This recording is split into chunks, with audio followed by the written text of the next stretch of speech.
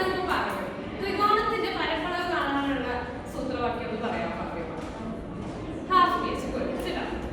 അപ്പൊ ഇന്ന് നമ്മൾ പഠിക്കാൻ പോകുന്നത് ചതുർഭുജങ്ങളുടെ പരപ്പളവ് കണ്ടെത്താനാണ്. ഒരു ചതുർഭുജം എന്ന് വരയ്ക്കാമോ മനുഷ്യ?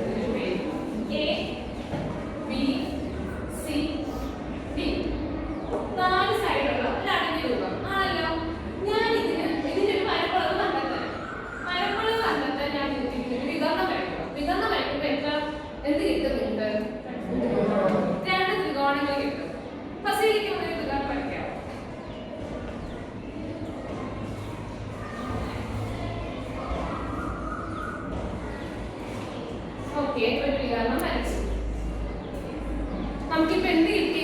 അൽഫി രണ്ട് ത്രികോണങ്ങൾ കിട്ടി. ഈ രണ്ട് ത്രികോണങ്ങളുടെ പരപ്പളവ് നമുക്ക് കണ്ടെത്താൻ സാധിക്കുമോ? കണ്ടെത്താം. അപ്പൊ ഇത് ഒന്നാമത്തെ ത്രികോണം, ഇത് രണ്ടാമത്തെ ത്രികോണം. ഒന്നാമത്തെ ത്രികോണത്തിന്റെ പരപ്പളവ് നമുക്ക് കണ്ടെത്താം. എങ്ങനെ കണ്ടെത്താം? ഇക്വേഷൻ അറിയാം, പറഞ്ഞ ആദ്യം പറഞ്ഞു ഹാഫ് പി എച്ച്.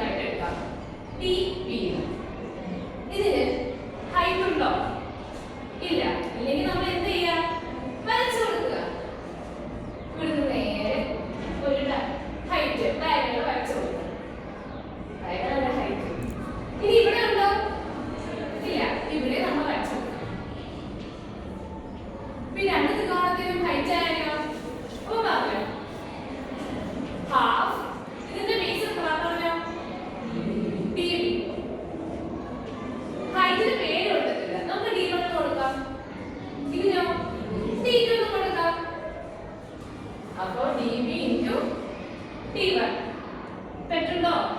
ഇല്ല. ഇതേപോലെ രണ്ടാമത്തെ പറഞ്ഞു ഹാഫ് bh ഹാഫ് into രണ്ടാമത്തെ ത്രികോണത്തിന്റെ ബേസ് എന്ത് തന്നെയാ? db തന്നെയാണ് into t2. മൊത്തത്തിലുള്ള ചതുർഭുജങ്ങളുടെ പരപ്പളവ് കണ്ടെത്താൻ ഈ രണ്ട് ത്രികോണങ്ങളുടെ പരപ്പളവ് നമ്മൾ എന്ത് ചെയ്താൽ മതി? കൂട്ടിയാൽ മതി. ചതുർഭുജങ്ങളുടെ പരപ്പളവ് പറഞ്ഞോ?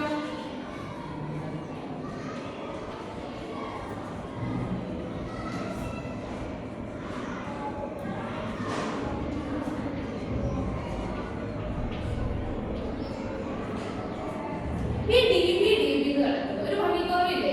നമുക്ക് അതിനെ b ഒറ്റയടിക്ക് എടുത്തൂടെ? db നമുക്ക് എന്തെടുക്കാം? b ആയിട്ട് തന്നെ എടുക്കാം. അപ്പൊ പറഞ്ഞോ half b d1 plus half b d2 കിട്ടുമല്ലോ. ഇതിന് നമുക്ക് എന്ത് ചെയ്യാം? ഹാഫും ബിയും കോമൺ എടുക്കാം. അപ്പൊ എന്ത് കിട്ടും? d1 plus d2. അപ്പൊ നമുക്ക് എന്ത് കിട്ടി? ഇവിടെ ചതുർഭുജങ്ങളുടെ പരപ്പളവ് കിട്ടി.